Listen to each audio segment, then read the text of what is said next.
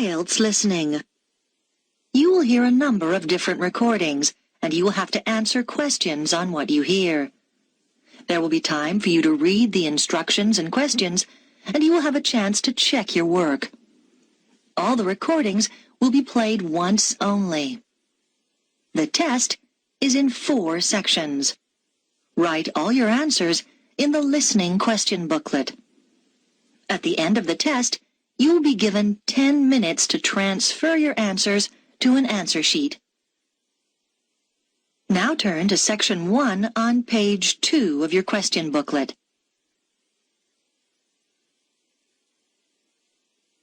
Section 1. You will hear a man inquiring about joining a wildlife conservation society. First, you have some time to look at questions 1 to 6 on page 2.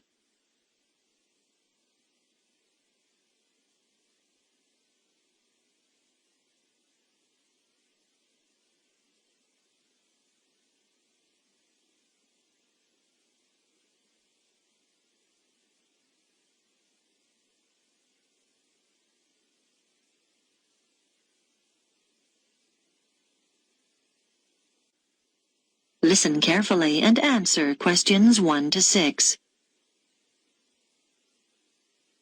Wildlife Conservation Society. Good afternoon. Can I help you? Oh, hello. Yes, I'd like to join, please. Oh, yes, certainly. I'll just get some details from you. Could I have your name? Michael Jones. Right. And can I ask where you heard about us? Was it in an advert, or did a friend tell you, or... Neither, actually. It was a radio program. Then I just got your number from the phone book. Oh, right. Now I need some membership details. It's Michael Jones, and the address? 21 Beale Street. Okay. Leeds. Fine. And do you know your postcode? Yes, it's LS14 2JW. Okay. And do you have a daytime telephone number we can contact you on? Yes, you can call me at work. The number's 011-73-586-42. And I can give you my office email address if you like. That'd probably be useful. Yes, please. It's mj@hennings.co.uk. Is that HENNINGS? That's right. Thank you. Now, I just need to ask you some questions about exactly what you want. First of all, how long do you want the membership for? We do 2, 3, and 5-year memberships, and we also do one for life. I think I'll just get the minimum length this time round. Fine. And then the type of membership. We do single, joint, or family, which covers up to 4 children.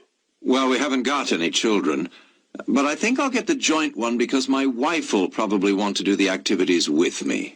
Yes. Fine. Let me see. That'll be £49 altogether then, please. Before you hear the rest of the conversation, you have some time to look at questions 7 to 10 on page 2.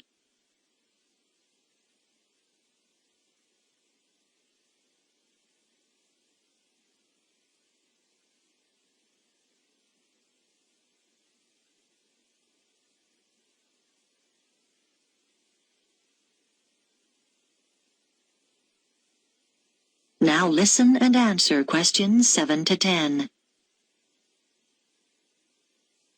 How would you like to pay? By direct debit? No problem. I just need your bank details. Can you give me the name first? It's the Union Bank. And now I've got your name, but I need your account number. 01059612. Okay. When would you like to start payment? Next month, on the 1st of October, or... Can you make it the 15th instead? No problem. The membership will begin then, too. Is that all right? That's fine. I'll just give you a reference number in case there's any problem. Have you got a pen? Yes. It's JYZ37. And we'll be sending you an information pack within a few days. Is there anything else? Oh, yes. Could you send me an additional one? I've got a friend who's very interested. Certainly, no problem. I'll make a note of that. There's also a video we can send you if you like. There's no charge. Yes, please. That'll be great. That is the end of Section 1. You now have half a minute to check your answers.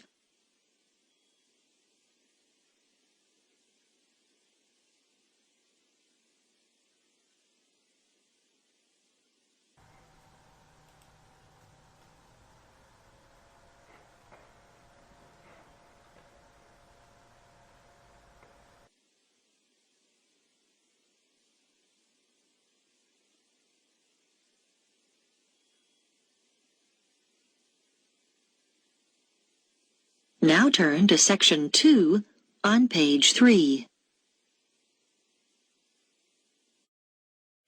Section 2. You will hear a woman talking on a radio program about a festival that is about to take place. First, you have some time to look at questions 11 to 18 on page 3.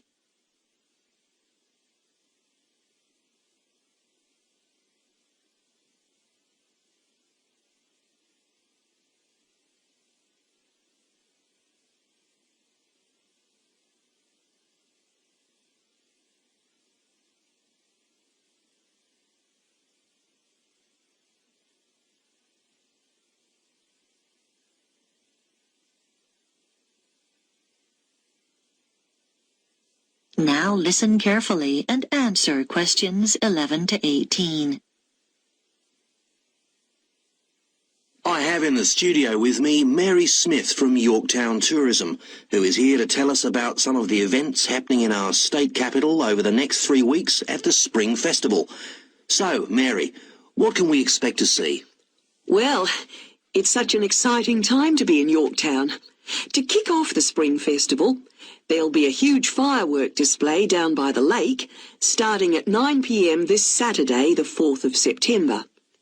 Over 10,000 fireworks will be set off, all choreographed to music and broadcast simultaneously here on Radio Yorkie. You should get there early if you want to get close to the action. So, bring along a picnic and a blanket, as it could get chilly in the evening. One of the things that attracts visitors to the festival from all over the country is the amazing collection of flowers on show in Central Park throughout the festival. Special buses will run from the town centre to the show at 20-minute intervals for those of you who prefer to take public transport. If you're interested in seeing the latest in cars, from the fastest to the most expensive, then head over to the motor show at the exhibition centre from the 10th to the 15th of September. It'll be open daily from 9 a.m. until 10 p.m. So you can even pop there after work. Do you like photography? Then go along to Grow Your Imagination, an exhibition of photographs of famous gardens, which will be held at the Art Gallery from the 11th to the 19th of September. Come and be inspired by some of the world's most beautiful gardens. I've had a sneak preview of some of the photographs, and they are magnificent. If music is more your scene, then you should come and hear the Australian Philharmonic Orchestra performing Swing in Spring at the Concert Hall on Friday the 17th and Saturday the 18th of September. It's a celebration of dance music from the 1940s and 50s. There'll be 3 performances. Both evenings start at 7 p.m. and a matinee performance at 2:30 on the Saturday. So, get your dancing shoes on and head there. It's guaranteed to get your feet tapping. Before you hear the rest of the program, you have some time to look at questions 19 and 20 on page 4.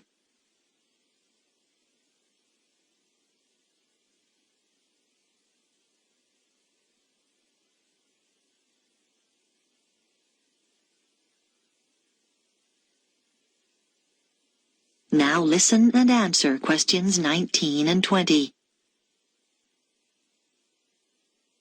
Those are just a few of the attractions on offer. But for something a little different, you could try Balloons Down Under, which is the largest gathering of hot air balloons in the Southern Hemisphere. It's well worth it, because there'll be over 25 balloons of all shapes and sizes, which is a truly amazing sight. I'm also happy to announce that one lucky person will get the chance to go up in one of these balloons absolutely free. That's the prize in our special Spring Festival competition. It'd normally cost you $200, so it's not a bad prize, eh? I'm sure you all want a chance to win, so you'll need to fill out the entry form in today's edition of the Yorktown News. Don't forget to include your phone number. And send it to Radio Yorkie. Make sure your entry reaches us by 5 p.m. on Thursday the 9th of September. Then, to see if you've won, just check out the festival's website on Saturday the 11th of September, where we'll publish the name of the lucky winner. It's such a fantastic prize, so hurry up and get your entry in. So, there you have it. Just a few of the special events happening here in Yorktown over the Spring Festival. And if you'd like any more details about the festival... That is the end of Section 2. You now have half a minute to check your answers.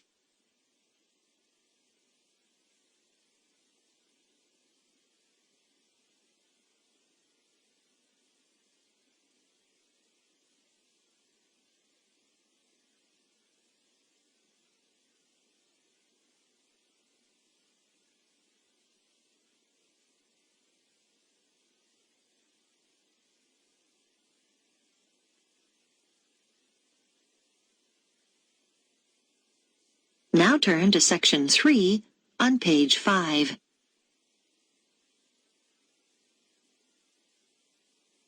Section 3. You'll hear a student called Paul talking to a tutor about a course he is thinking of doing.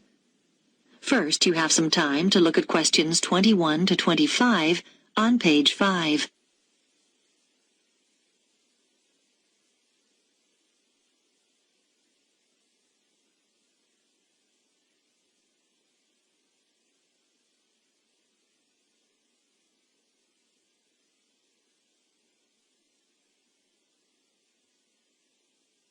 Now listen carefully and answer questions 21 to 25. Good morning. Come in. You're Paul, are you? Yes, I spoke to you on the phone. Yes. Have a seat. You wanted to talk to me about the archaeology course? Yes, I've read the handbook, but I'd like to find out a few more details before I decide whether to do it. Right, yes. What would you like to know? Well, first of all, can I combine the archaeology course with one in anthropology? Yes, you can combine it with any other subject apart from classical history. That's simply because there's some overlap in the lecture times for those two courses. We weren't able to coordinate them. Okay, fine. And could you tell me about the modules? Well, in the first semester, there are 3. All of them are compulsory. We don't offer optional modules till next year. Right. The first one focuses on what can be learned from specific artifacts, such as pottery and stone tools. It's called Object Matters, and it's taught by Dr. Morris. Is that... how is the module presented? I mean, is it lectures? We refer to the means of presentation as the learning method, and in this case, it's lectures integrated with practical sessions, so it's a mixture. What about the content? I suppose we'll be looking at different kinds of archaeological remains and how to date them and so on. To some extent, but the module is basically about processes. First of all, recording material, then classification, then interpretation of the data. That's how archaeologists draw conclusions about their findings. And finally, display. Is that okay? I think so. Yes, thanks. One other thing. How is the module assessed? Is there an exam? No, it's all based on coursework. Before you hear the rest of the discussion, you have some time to look at questions 26 to 30 on page 6.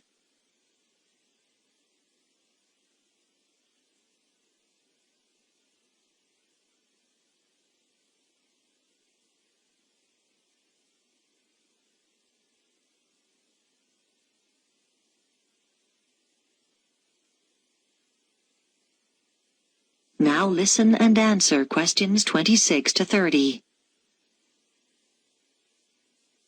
Okay.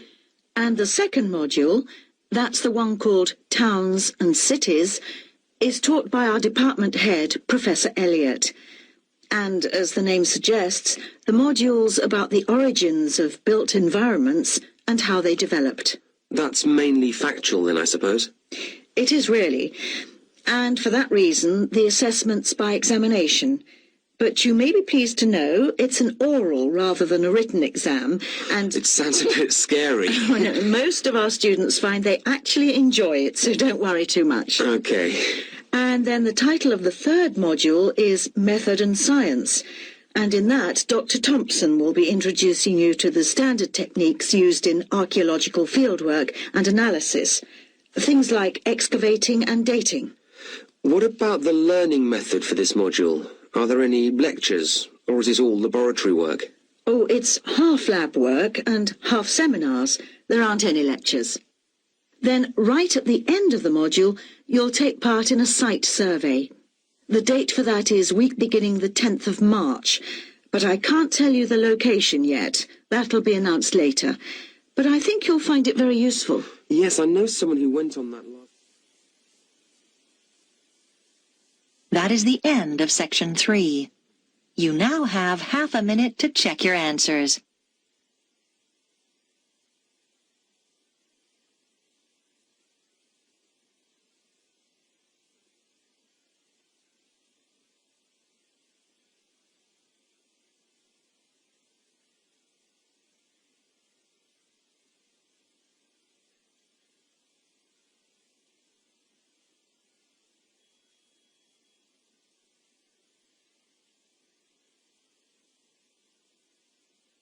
Now turn to section 4 on page 7.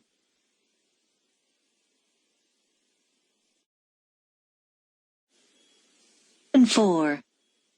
You will hear a talk about the effects of our digital world on young people. First, you have some time to look at questions 31 to 40 on pages 7 and 8.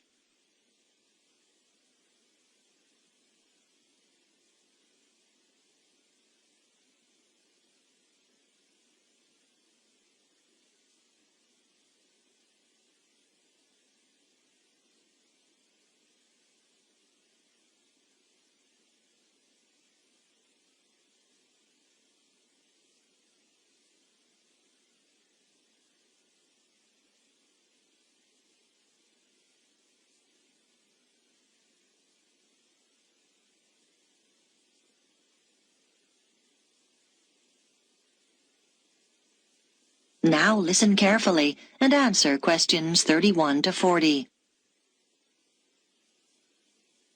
In this lecture series, we're looking at changes occurring due to the rapid spread of digital technology in the last decades of the 20th century. By digital technology, I include any computer-related devices such as email, the internet, cell phones, instant messaging, to name but a few.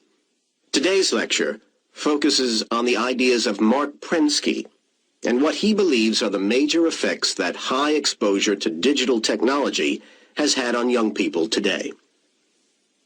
Firstly, what exactly does Prensky believe? He argues that because today's young people have been born into a digital world and spend hours simply playing with technology, they've changed in fundamental ways. He believes they're evolving differently, and as a result, process information differently from previous generations.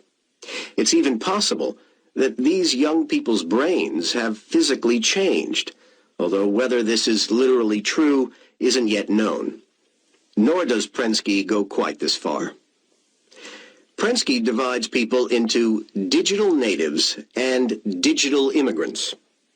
Today's young people are the digital natives, and they belong in this new digital age because they were born into it and grew up as native speakers of the digital language of computer technology, whereas digital immigrants are those born in the generations before the digital age.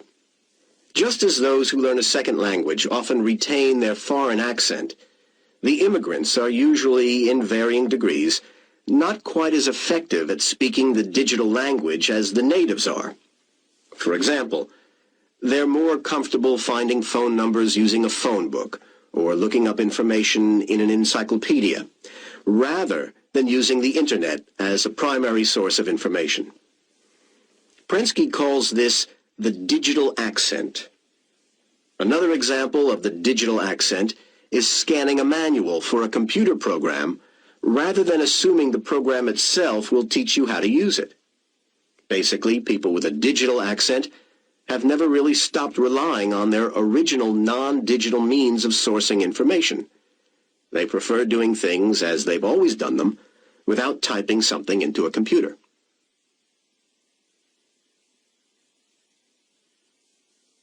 Prensky predicts that due to all this, changes are in store, mainly in the area of education. But what do other educators and theorists such as Thomas Allen, Samuel James, and Peter Vander believe? Samuel James, from Sydney University, agrees with Prensky's predictions. He believes that educators are no longer successful in the way they teach. However, not surprisingly, Prensky has been criticized by more traditional theorists like Peter Vander and Thomas Allen. They disagree with many of Prensky's assertions. Vander argues that a typical classroom is more varied than Prensky believes, with students coming from a range of backgrounds. He maintains that a large percentage of these students are not necessarily proficient with technology, and not all students today fit the one stereotype. And Allen adds that even though most students today have easy access to technology, some just don't find the digital medium appealing. James disagrees, though. He believes that all today's students do share the same basic interest in and knowledge of digital technology. However, James believes our younger students can communicate with their digital immigrant teachers and can still learn using methods which have proven to be successful in the past. James's theories are taken a step further by Allen, who recognizes that both digital immigrants and natives have to deal with vast amounts of information in today's electronic society. Allen maintains that while most young students are proficient in playing computer games and using the web in quite basic ways, they're not used to using the computer at advanced levels. For example, to conduct complex information searches, which are so necessary for university study today. Irrespective of Allen's research, James believes it's possible for computer games to play a major role in making classroom learning more stimulating, and he cites many instances where this would be possible today. However, Vander asserts that rather than focusing on developing games, we should think of better ways to assist teachers, because no computer program comes close to doing what a human teacher does every day. That is the end of Section 4. You now have half a minute to check your answers.